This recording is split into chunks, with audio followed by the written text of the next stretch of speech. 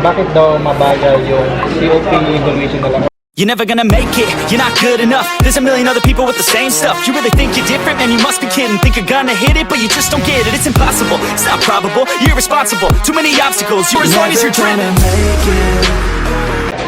Good day mga kasisid. So, nag-file ka ba ng COP application mo sa mismo? Inabot na ba ng 1 week, 2 weeks, or 3 weeks? Ngayon, tatanungin natin yung mga evaluators na nasa likod para maliwanagan kayo sa mga problema niyo. Ito yung bagong department ngayon, yung mga nag-evaluate. So, ayan sila guys. So, ganyan lang yung karaming tao na nag-evaluate ng mga COP applications nyo at saka yung ibang mga documentation natin. So mga kasisid, so ayan, manggugulo tayo sa mga evaluator na nasa likod ko.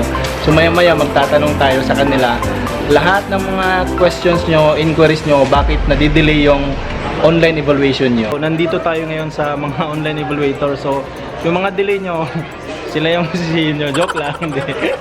So i-explain nila kung ano-ano yung mga rason bakit nadidelay yung mga COP application nyo. Pinakaunang question ko sir, bakit daw matagal yung evaluation natin ng COP at saka yung mga pro-online evaluation? Ano kayo yung mga posibleng rason bakit? Number one is minsan kasi mali yung mga ina-upload nilang documents.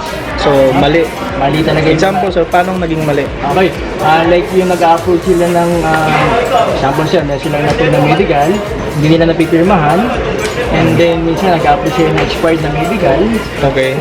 And yung mga Siemens look, minsan kung ang hinihingi sa mismo is upload with all entries, minsan ang ina-upload yung front page lang. Ako minsan wala rin yung front page, yung mga entries lang.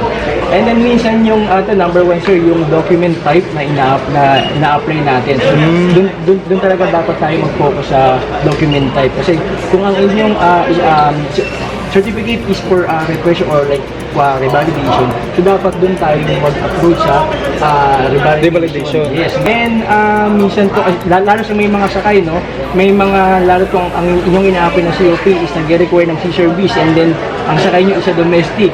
So yun, medyo tumatagal doon kasi kailangan pang i-verify yung mga C-service natin from domestic. So, pag international yung sinakyan mo, ang C-service mo, so medyo hindi problemado. Ay, hindi na sir. Pero pag domestic ka, yan medyo natatagalan. Bakit sir? Siguro naman po, aware lahat ng mga shipper natin na sa mga domestic minsan may mga naka-question tayo dyan ng mga sakay nila or yung mga Hindi legit, mga fake, mga ganon. Yung mga minsan parang hindi nila natapos yung contract, and then iba sa record nila o sa documents nila based sa kanila mismo na sila naman nakakaalam na hindi natapos. Sir, next question sir, ilan ba kayo dito evaluators? Sa ngayon sir, meron po kaming 15 po na nasa 15 online evaluation. So, 15 yung nag-evaluate Yes, sa ito po yung full-time sa evaluation natin. And then, aside po dito sa 15 na nag-focus sa online evaluation, may mga ibang department po tayo like sa 5th floor and 7th floor. Pag natapos nila yung nag-aaras nila, nagbabawas or nag-online evaluation sila hanggang tinatapos yung working hours nila. As of now sir, ilan ba yung pending natin na COP online evaluation? Okay, as of now, ang pending natin is for COP is 11,676 ang pending natin. 11,676 yung pending natin. So, 15 lang yung nag-evaluate. So, yun, no? So, 15 lang yung nag-evaluate. Tsaka, bakit, sir? Ano ba yung sistema, sir, ng... Bakit yung reklamo nila is inabot na daw ng 2 weeks, 3 weeks, yung iba 1 month, mga ganyan. Bakit, sir? Ano ko sir, first in, first out eh. So, First in, first out. yes, Ibig sabihin, ibig sabihin sir, kailangan natin i-priority yung mga mas naunang nag-submit ng application. So, hindi natin mapapriority yung mga kakasubmit lang within this week or yesterday kakasubmit lang. So, hindi natin sir mapapriority. So yun guys, so mga kasisid, so yan yung rason bakit yung mga COP nyo evaluation is medyo natatagalan. Kasi nga first in, first out. So sa 11,676 na COP application, malamang kung bagong application ka, alam nga naman unahin ka. So mas nauna yung iba. At saka pagkakalam namin, random yung pagpili nila ng sa COP yung naka-distribute sa mga evaluators. So sir, meron ding mga na-approve ng mabilis. Yes sir. Bakit sir? So sa mga nag-upload po siguro maging maingat tayo sa pag-upload lalo pag alam natin tama yung mga na-upload natin, madali siya ma-aprobahan. Then after naman, once ma-approve naman natin yung application natin, automatic may mag-reply agad kung approve na application, then pwede tayo makapag-set ng appointment. So, ibig sabihin, ma-approve kayo pag okay yung documents nyo, walang fake na si service, and yung mga medical nyo maayos, matitino, at saka yung picture nyo tama yung mga requirements nila. So, basa-basa din tayo mga kabaro sa mga requirements nila. Sir, gaano ba katagal yung evaluation nyo? Yung regular na evaluation period nyo?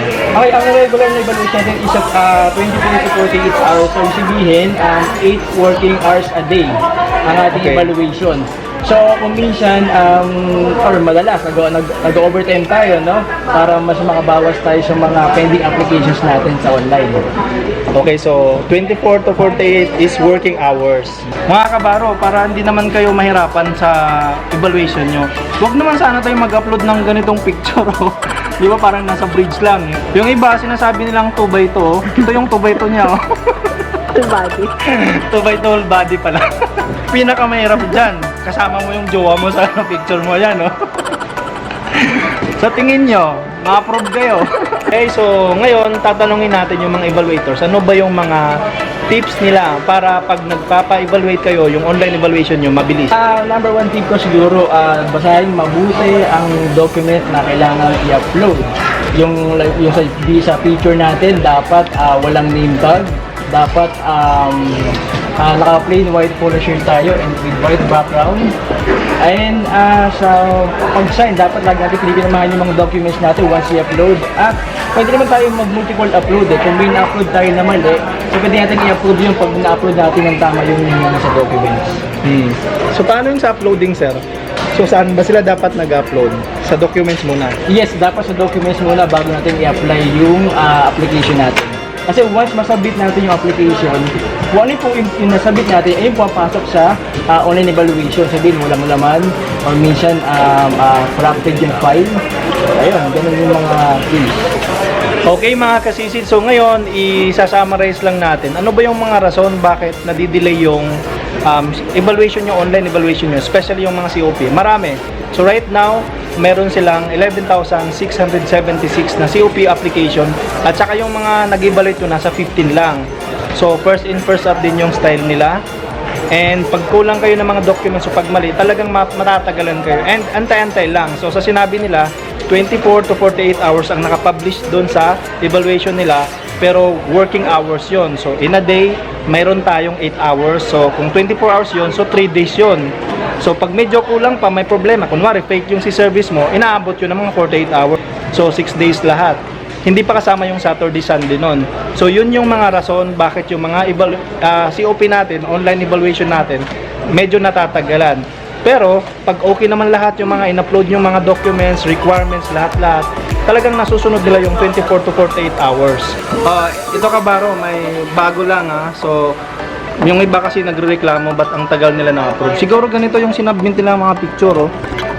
Ayan oh. Ayan. Nasa restaurant sila oh. Alright mga kasisid, so napanood nyo na yung explanation ng mga evaluators kung bakit natatagalan yung online evaluation nyo.